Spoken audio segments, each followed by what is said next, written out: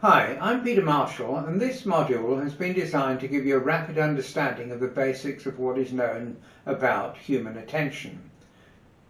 Like perception, attention is a state in which the mind is taking in data. The essential difference between attention and perception, however, is intention. When you're perceiving something, you may not necessarily be aware you're doing so. With attention, however, the action is voluntary and conscious.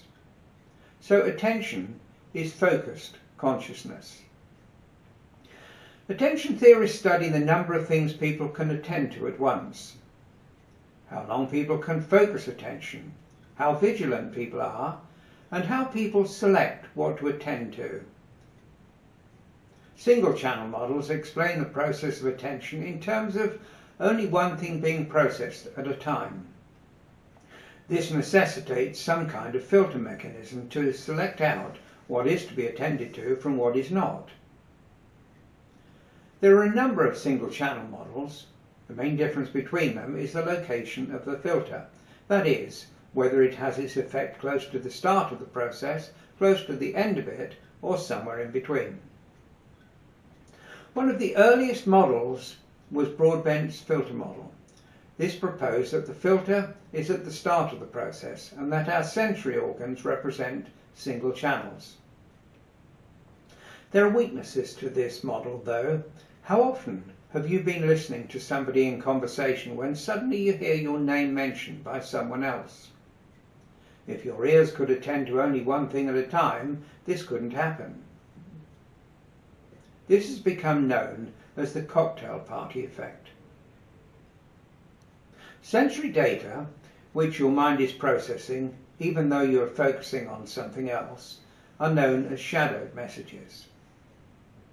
That such processing does take place is now pretty well established. The degree to which a person will attend to a shadowed message is influenced by their semantic and grammatical skills. A subsequently devised model is known as Treisman's attenuator model. This overcame the weaknesses of Broadbent's model. Treisman proposed that rather than untargeted model being blocked out, it was merely turned down. It remained available, therefore, but at a lower and less intrusive amplitude. The pertinence model constructed by Deutsch and Deutsch suggested that all data are processed to some degree.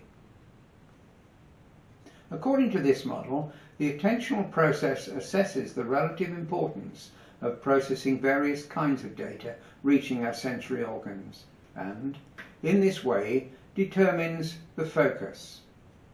This model has been heavily challenged. Many psychologists now believe that the attentional process is more complex than any single-channel model can provide for. Kahneman, like Broadbent, believes that the processing capacity of the human brain is limited. He proposes that it handles the problem by means of a central allocation policy. This allocates attentional resources on the basis of the nature of incoming data, the individual's own attention, their state of arousal, and the aggregate level of demand on the system at the time. Baddeley and Hitch constructed a still more refined two-system model. They proposed that two separate systems exist for sequential and spatial processing. These they referred to as an articulatory loop and a visuospatial scratchpad. They operate under the control of a central processor. The latter is modality-free, that is, it is not specific to any sense in particular. Whilst the central processor functions intelligently, the two mechanisms that it controls function largely automatically. Some psychologists take a modular view of attention, not considering it as one process for all data and all purposes, but different mechanisms for different tasks. When attentional tasks compete for the same kinds of attentional resources, confusion occurs. It's plausible that training and practice can improve attentional performance, There are many areas of life where this is evident, for example fighter pilot training and racing driver training.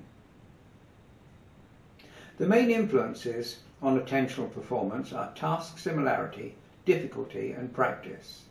The most important task similarities are stimulus modality, processing stage and memory codes. The difficulty of the task is not simply the sum of the difficulty of all its subtasks, it's more than that. There are problems of interference to contend with as the elements of a complex task compete for attentional resources. In addition, such subtasks are not performed in isolation but have to be combined and coordinated. These problems make additional demands on attentional resources.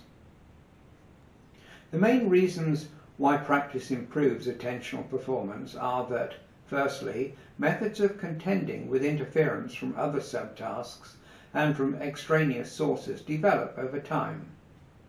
Secondly, demands on attentional resources decrease as processing becomes more automatic. And thirdly, methods of operation may be streamlined and tweaked to greater efficiency. Logan proposes an explanation in terms of a progression towards automaticity of actions. Every time we repeat an action, the memory trace becomes more detailed. When all the information needed to perform an action has been stored within the memory trace, no decisions and, therefore, no thought is necessary.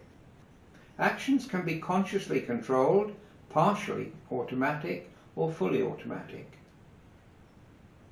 The qualities of our automatic actions are that they are fast, they do not make demands on attention, they are performed unconsciously, and they're unavoidable. So to summarize, attentional theorists study which things we attend to what degree, and for how long we attend to them. There are single-channel, dynamic, and modular models of attention. Single-channel models differ over the position of the filter. Dynamic models refute a single-channel process. The modular view is that there is not one process, but different mechanisms for different tasks. Attention can be seen as, to some degree, a skill, and the main influences on attentional performance are task similarity, difficulty, and practice. I'm Dr. Peter Marshall, author of Introduction to Psychology, and I hope you found this helpful and that you'll join me for the next module in this series, which will focus on perception. Full information on this and all my other books and publications can be found on my website, drpetermarshall.com. You can also access my many articles and advice designed to help you in your career by following me on LinkedIn by using the link linkedin/in/Dr. Peter Marshall, and a full account and explanation of my own professional development in installments by following me on facebook.com/drpeter.marshall.35. If you haven't already done so, please subscribe to this channel by pressing the red button to receive more videos like this.